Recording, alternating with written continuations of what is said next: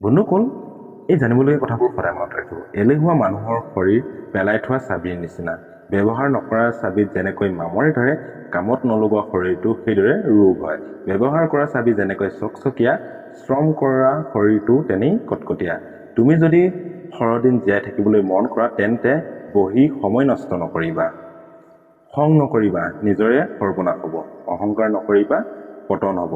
কাকো ঘৃণা নকৰিবা, নিজেও ঘৃণিত হ'বা। ফাঁকি নিদিবা, ফাঁকত পৰি যাবা। আজিৰ কাম কাইলৈ কৰিম বুলি থৈ নিদিবা, কাৰণ কাইলৈ তোমাৰ কি অৱস্থা হ'ব তুমি নিজেই নাজানা। পৰিস্থিতি যিমানেই ভয় লগা নহওক কিয়, দৃঢ়তা আৰু আত্মবিশ্বাস থাকিলে জয়লাভ সুনিশ্চিত। সফলতাৰ পিছে পিছে দৌৰি নুফুৰিবা। যদি তুমি সঁচাকৈয়ে সফল হ'ব বিচাৰা, তেন্তে খন্তেক জিৰণি লোৱা আৰু ভাবা তুমি কি কৰি ভাল পোৱা আৰু সিহঁত বিশ্বাস কৰা। দেখিবা এইবেলি সফলতা তোমাক খেদি ফুৰিছে। এই কথাবোৰ সদায় মনত ৰাখিব।